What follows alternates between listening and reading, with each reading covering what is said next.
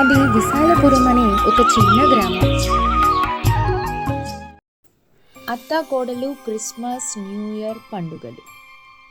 Kaveri Christmas పండుగ వస్తుంది అన్న సందర్భంతో ఇల్లు మొత్తం అన్నీ శుభ్రం చేసుకుంటూ ఉంటుంది. అత్తగారు బయట పెరట్లో పూల మొక్కలకు నీళ్లు పోస్తూ ఉన్నారు. ఇంతలో కావేరి ఏదో ఒక హారం కనబడుతుంది. అది బంగారమా కాదా అని అనుమానంతో అత్తగారి దగ్గరికి వెళుతుంది. అత్తయ్య, ఒకసారి దీనిని చూడండి, బంగార నగలాగా ఉంది. అత్తగారు దాన్ని చూసి చాలా ఏడుస్తూ, ఇది బంగారు నగ. మా అమ్మ నాకు తన చివరి క్రిస్మస్ రోజున నాకు ఇచ్చింది. ఇది పోయిందని నేను చాలా బాధపడ్డాను. ఎక్కడ దొరికింది నీకు ఇది? ఇల్లు శుభ్రం చేస్తుంటే గచ్చు మీద దొరికింది అత్తయ్య.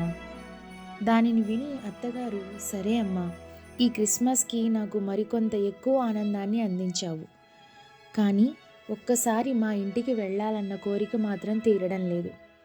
నా స్నేహితులు, నేను పుట్టి పెరిగిన ఇల్లు ఒకసారి చూడాలనుంది అంటూ ఏడుస్తుంది. ఏంటత్తయ్య, ఎందుకంత బాధపడుతున్నారు? ఏం లేదమ్మా, మాది లవ్ మ్యారేజ్. మా ఇంట్లో కానీ మీ మావయ్య ఇంట్లో కానీ ఎవరూ ఒప్పుకోలేదు.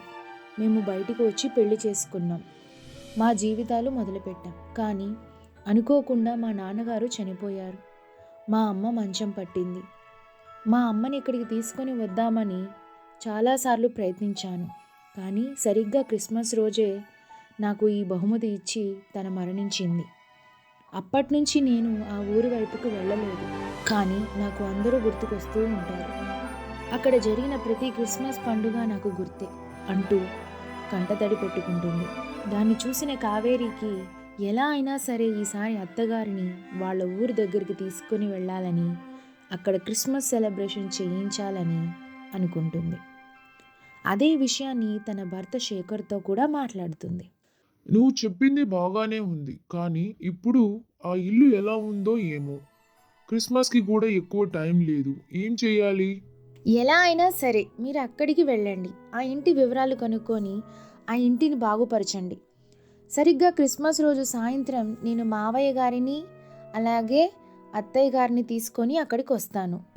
ఆ మాటలు విన్న శేఖర్ సరేనని అక్కడి నుంచి బయలుదేరతాడు. శేఖర్ ఆ ఊరికి వెళ్ళి అక్కడ వివరాలు కనుక్కొని ఆ ఇంటిని చేరుకుంటాడు. ఆ ఇల్లు మొత్తం చాలా పాడైపోయి ఉంటుంది. వెంటనే అక్కడున్న కొంతమంది పని వాళ్ళని తీసుకొచ్చి ఇంటి పని చేయిస్తూ ఉంటాడు. అలా రోజులు గడిచాయి. సరిగ్గా క్రిస్మస్ రోజు ఉదయం శేఖర్ కావేరికి ఫోన్ చేస్తాడు. కావేరి, ఇల్లు మొత్తం శుభ్రం చేయించాను, అది పూర్తయింది. నువ్వు సాయంత్రం అమ్మా నాన్నని ఇక్కడికి తీసుకొని రా. ఏవండి, అత్తగారి స్నేహితులు 3 ఉన్నారు కదా, వాళ్ళు కూడా అదే ఊర్లో ఉంటున్నారంట. అత్తగారు సాయంత్రం వచ్చేసరికి మీరు వాళ్ళని తీసుకొని రండి. అందుకు శేఖర్ సరేనని అంటాడు. క్రిస్మస్ రోజు కావేరి, అత్తయ్య, మావయ్య, మనం ఈరోజు ఒక ప్రత్యేకమైన ప్లేస్కి వెళ్తున్నాము. ఏంటమ్మా ఆ ప్లేస్ కావేరి? మీరే చూడండి అని అంటుంది. ఇక సాయంత్రం వేళలో కావేరి తన కారులో అత్త మామయ్యని తీసుకొని ఊరికి బయలుదేరుతుంది. రాత్రి సమయం కావడంతో ఎక్కడికి వెళ్తున్నాము ఏంటి అనేది అత్తగారికి అర్థం కాలేదు. కావేరి సరాసరి తన కారుని అత్తగారి ఇంటి ముందు ఆగుతుంది. అందరూ కారులో నుంచి దిగుతారు. అత్తగారు ఆ ఇల్లు చూసి చాలా ఆశ్చర్యపోతుంది.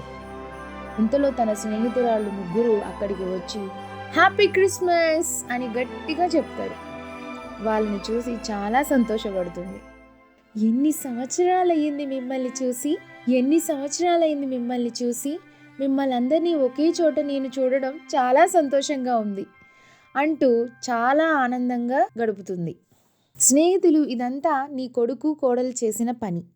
మళ్ళీ మనం ఎన్ని సంవత్సరాలకి కలుసుకున్నందుకు చాలా సంతోషంగా ఉంది. అత్తగారు కంటతడి పెట్టుకుంటుంది. ఇక వాళ్ళందరూ ఆమెను ఓదార్చి కేక్ కట్ చేయిస్తారు. ఆ రోజు క్రిస్మస్ వేడుకలు చాలా బ్రహ్మాండంగా జరుగుతాయి. అత్తగారు తన స్నేహితులతో చాలా ముచ్చట్లు చెబుతూ ఆ రోజు మొత్తం గడిపేస్తుంది. ఆ మరుసటి రోజు ఉదయం అత్తగారు అమ్మ కావేరి, జీవితంలో మర్చిపోలేని ఒక మంచి బహుమతి ఇచ్చావు. నీ రుణం తీర్చుకోవడానికి నాకు ఇంకో జన్మ కావాలి. మరో జన్మ ఉంటే నీకు బిడ్డగా పుట్టి నీ రుణం తీర్చుకుంటాను.